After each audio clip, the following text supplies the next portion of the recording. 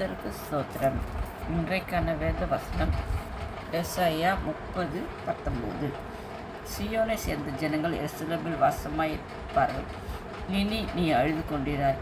உன் கூப்பிடுதல் சத்தத்திற்கு அவர் உருக்கமாய் இறங்கி அதை கேட்டவுடனே உனக்கு மறு உத்தரவு அருளுவார் என்பது. ஆம் பிரியமானவர்களே, நம்முடைய தேவன் நல்லவர். நம்முடைய தேவர் வானத்தையும் பூமியையும் உண்டாக்கின சர்வ வல்லமையுள்ள தேவன். அவர் வார்த்தையினால் எல்லாவற்றையும் ஆளுகிறவர். பராக்கிரமம் உள்ள தேவன். அவரால் செய்யக்கூடாத காரியம் ஒன்றும் இல்லை. அவரைப் போல் வல்லமையுள்ள தேவன் யாரும் இல்லை. அவர் சொல்ல ஆகும், அவர் கட்டளையிட நிற்கும்.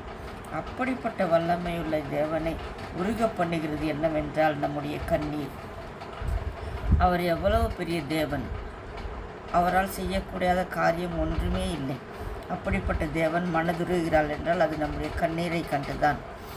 மறைந்த பிரதர் சாம் ஜபத்ரே அவர்களுடைய புத்தகங்களை நான் நிறைய படித்துள்ளேன். அதில் அவர் அடிக்கடி குறிப்பிடுகிற ஒரு காரியம், நாம் கண்ணீர் விடும்போது அதை பார்த்துவிட்டு வெறுமனே கடந்து போகிறவர் அல்ல நம்முடைய தேவன்.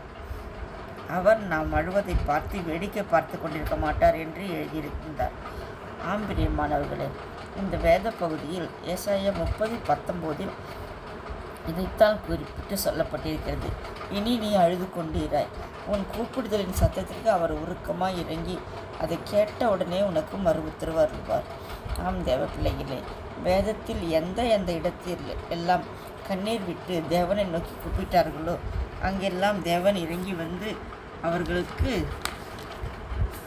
அற்புதம் செய்திருக்கிறார்.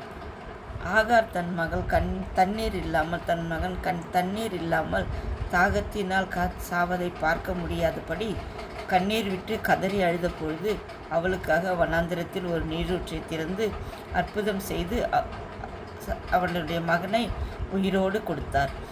அன்னாள் மலடி என்று எல்லாராலும் துன்பப்படுத்தப்பட்ட பொழுது அவள் கண்ணீர் விட்ட பொழுது அவளுக்கு சாமுவேலை கொடுத்து கண்ணீரை துடைத்தார். லாசரு மரித்த பொழுது மார்த்தார் மரியால் கண்ணீர் விட்டு அழுத பொழுது அவர்களுக்கு லாசருவை உயிரோடு எழுப்பி கொடுத்து அற்புதம் செய்தார். நாயின் ஒரு விதவை மகன் இறந்த பொழுது அவளுக்கு இருந்த ஒரே ஆதரவும் இல்லாமல் அவர் கண்ணீர் விட்டு அழுத பொழுது அவளுடைய மகனை உயிரோடு எழுப்பி அவளுக்கு கொடுத்து அவளுக்கு ஆறுதல் செய்தார். இன்னும் அநேக சாட்சிகள் வேதத்தில் இருக்கிறது. எங்கெல்லாம் கண்ணீர் விட்டு கதறி அழுதார்களோ அங்கெல்லாம் தேவன் இறங்கி வந்து அற்புதம் செய்திருக்கிறார்.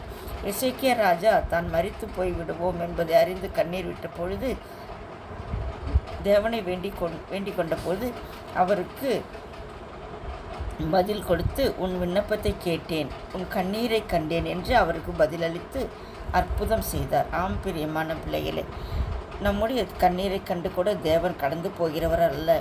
நீங்களும் கூட இன்று ஏதாவது ஒரு காரியத்தை நிறுத்தி கண்ணீர் விட்டு கொண்டிருக்கலாம். நீங்கள் கவலைப்படாதீர்கள். தேவனையே நோக்கி பாருங்கள். அவர் சீக்கிரமாய் உங்கள் கண்ணீரை தொடுத்து உங்களுக்கும் ஒரு அற்புதம் செய்வார். ஆகாருக்கு நம்முடைய ஆண்டவர் பெயர் கூட தெரியாது. அவள் ஒரு அடிமை பெண். அவருடைய நாமம் கூட அவளுக்கு தெரியாது. அவள் அவருடைய நாமத்தை சொல்லி கூப்பிடக்கூடவில்லை. ஆனாலும் வனாந்திரத்தில் அவருடைய கண்ணீரை பார்த்து அவளுக்கு அற்புதம் செய்தார். தேவன் உங்களுடைய ஜெபத்தை கேட்க மாட்டாரா? இரவும் பகலும் அவருடைய நாமத்தையே சொல்லி இயேசுவே இயேசுவே என்று கூப்பிடுகிற பிள்ளைகளின் கண்ணீரை துடைக்காமல் போவாரா? உங்களுடைய கூப்பிடுதலின் சத்தத்தை நிச்சயமாய் கேட்பார். நிச்சயமாக உங்களுக்கு ஒரு அற்புதம் செய்து உங்கள் கண்ணீர் வேதனைகளை நீக்கி போடுவார். ஆம் தேவ பிள்ளைகளே, கண்ணீரை கண்டு மனதுருகுகிற தேவன்.